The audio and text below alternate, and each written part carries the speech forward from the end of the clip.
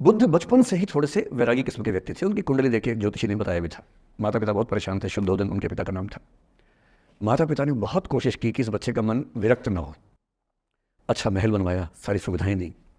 जैसे ही बुद्ध थोड़े से किशोरावस्था में आए, उस समय की दुनिया की सबसे खूबसूरत महिला से, लड़की से, यशोधरा से उसकी शादी करवा दी। यशोधरा के पिता ने काफ़ी एग्जाम लिए बुद्ध जी के, वो सारे एग्जाम में पास हुए, तब जाकर शादी हुई। ऐसे नहीं हुई, शादी हुई। तो बुद्ध भी ठीक था, रमे रहे उस जीवन में। बेटा हुआ उनका राहुल। अब बुद्ध की विरक्ति का भाव बढ़ता जा रहा था। 29 साल की उम्र के आसपास ऐसा हुआ कि उन्होंने एक मृत व्यक्ति को देख लिया, एक बूढ़े को देखा, एक भिखारी को देखा, एक बीमार को देखा। विरक्त हो गए और उनका मन हुआ घर छोड़ दूं, ज्ञान की खोज में चला जाऊं। अब ज्ञान की खोज में जाएं, उनको पता है कि भाई मेरी पत्नी भी है, मेरा बेटा भी है, राज्य भी है, कैसे छोड़ दूं? छोड़ना जरूरी है। अंदर की आवाज है कि छोड़ो, तुम इस चीज के लिए नहीं बने हो, तुम्हारा स्वधर्म कुछ और है। बाहर की जिम्मेदारी है कि छोड़ नहीं सकते। मैं अनुमान करता हूं कि बुद्ध ने शायद अपने पिताजी से कहा हो कभी कि पिताजी मैं बहुत परेशान हूं, छोड़ना चाहता हूं। तो पिता ने समझा बुझा के मना किया होगा कि बेटा शोभा नहीं देता, ऐसा मत करो। हो सकता है पत्नी से ही बात की हो। पत्नी ने भी कहा हो कि ये क्या बात हुई, हम सबका जीवन तुम पे टिका है, बच्चा अभी बिस्तर से भी नहीं उतरा है, अभी तो चलना भी नहीं शुरू किया है, तुम ऐसी बात कर रहे हो। इसका जिक्र नहीं मिलता इतिहास में कि ये बात हुई कि नहीं हुई। और एक दिन बुद्ध ने तय किया और वो आधी रात को पत्नी और बेटे को सोता हुआ छोड़ के चले गए। इसको बौद्ध परंपरा में महापरिनिष्क्रमण कहते हैं। बुद्ध का अपने घर से निकल जाना। अब बुद्ध चले गए, लेकिन मैत्री शरण गुप्त यशोधरा के पर्सपेक्टिव से बुद्ध को देख रहे हैं। यशोधरा बहुत परेशान है, भाई पति चला गया है, बच्चे का पिता चला गया, मजाक थोड़ा है। राजा परेशान है कि उनका उत्तराधिकारी चला गया है। यशोधरा इतनी परेशान है, बहुत लंबे समय तक छंद आते रहते हैं कि वो कितनी बेचैन है, कितनी परेशान है। लेकिन यशोधरा की सबसे बड़ी परेशानी इस बात से नहीं कि बुद्ध चले गए, इस बात से है कि बिना बताए चले गए, भरोसा नहीं किया।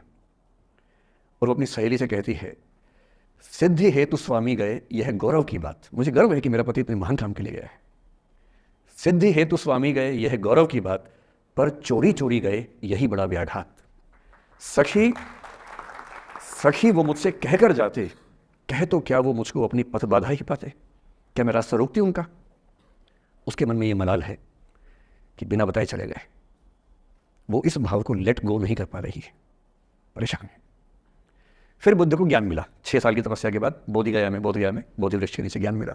बात फैल गई। जो 5 शिष्य बुद्ध को छोड़ के भाग गए थे उनके बुरे वक्त में, उन्हीं 5 को बुद्ध ने सबसे पहले ज्ञान दिया सारनाथ में, जिसको धर्मचक्र प्रवर्तन कहते हैं। बुद्ध की ख्याति बढ़ने लगी। शुद्धोधन ने बुद्ध के पास, अपने बेटे के पास कई लोगों को भेजा ये कहने के लिए कि भाई यहाँ भी तो आओ, हमसे भी तो मिलो। बुद्ध का ऐसा प्रताप था कि जो उनके पास जाता वो बुद्धम शरणम गच्छामि हो जाता, वापस ही नहीं आता। तो फिर शुद्धोधन ने बुद्ध के बचपन के एक दोस्त को ये कह के भेजा, भैया मैं जानता हूँ तुम वापस नहीं आओगे, पर प्रभावित होने से पहले बोल देना कि पापा याद कर रहे थे। तो वो गया, उसने वायदा निभाया, हो तो गया, बुद्ध के संग में दीक्षित हो गया, पर वायदा निभा दिया। तो बुद्ध ने कहा जरूर जाऊंगा, पिताजी की आज्ञा है तो जाऊंगा ही जाऊंगा। बुद्ध पहुंचे अपने कपिल वस्तु, जो अपना इलाका था वहां पहुंचे। पूरे कपिल वस्तु में, नेपाल सिद्धार्थ नगर से नेपाल जाएंगे तो नेपाल बॉर्डर में कपिल वस्तु है, मैं देखने गया था वो जगह जहां बुद्ध पैदा हुए थे, बड़ा सुंदर स्थान है, आप भी जाकर देखें कभी। तो बुद्ध पहुंचे रात को, एक धर्मशाला में रुके। अब वहां हल्ला मच गया कि राजा का बेटा धर्मशाला में। बुद्ध ने कहा भाई मैं देखो राजा का बेटा बन के नहीं आया हूं, मैं बुद्ध बन के आया हूं। सुबह उठ के भिक्षा मांगने लग गए उस इलाके में, अपने ही पिता के राज्य में। पिता ने सिर पीट लिया कि भाई क्या कर रहे हैं। फिर बुद्ध ने सूचना भिजवाई कि मैं बुद्ध हूँ, बेटा हूँ संयोग से, ठीक है मैं आ रहा हूँ मिलने के लिए, पर मैं बुद्ध होके आया हूँ, मेरी चर्या है, नियम है, मैं भिक्षा से ही जीवन जीता हूँ अपना। ठीक है, पिताजी ने कहा कोई बात नहीं। फिर बुद्ध गए पिता से मिलने, पिता से मिले, सबसे मिले, भरी सभा में। लेकिन यशोधरा नहीं आई मिलने के लिए, लेट गो नहीं कर पा रहे थे।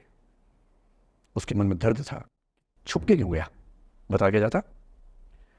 बुद्ध ने पूछा पिता से कि यशोधरा कहाँ है, तो बोले कि वो कह रही है कि अगर बुद्ध मिलना चाहेंगे तो खुद ही मिलने आएंगे मुझसे, मैं क्यों जाऊंगी भाई, आत्मसम्मान भी तो कोई चीज़ है, मैं क्यों मिलने जाऊंगी। तो बुद्ध मिलने गए। सोचिए एक कमरे में यशोधरा बैठी है, राहुल साथ में। अब राहुल थोड़ा सा बड़ा हो गया है, 6-7 साल का है। बुद्ध गए हैं। अब आपके मन में आ रहा है कि बुद्ध वहाँ जाके बोलेंगे सॉरी मैंने गलत किया, I hurt you, I really feel sorry. Buddha है वो बुद्ध, वहाँ जाके क्या बोल रहे पता है, भिक्षाम देहि, भिक्षा दो। और यशोधरा कितनी महान महिला रही होगी, उसने अपने बेटे का हाथ बाप के हाथ में दे दिया। लेट गो का इससे महान उदाहरण दुनिया के इतिहास में नहीं है कि चलो आखिर तुमने आके झुक के कुछ मांगा तो सही। उसकी जितनी ईगो थी, अहंकार था, सब विगलित हो गया। और जो औरत परेशान थी कि मुझसे बिना बताया गया, उसने अपने बेटे को दे दिया कि इसको लेके जाओ, क्योंकि वो जानती है कि तुम महान काम कर रहे हो, और तुम महान काम कर रहे हो तो मैं क्यों बीच में आऊंगी भाई। मेरा पति महान काम कर रहा है तो मुझे खुशी होनी चाहिए, और तुम्हारी उस खुशी में मैं क्यों पीछे हटूं। बस मुझे भरोसे में लेके जाते तो और खुश होती।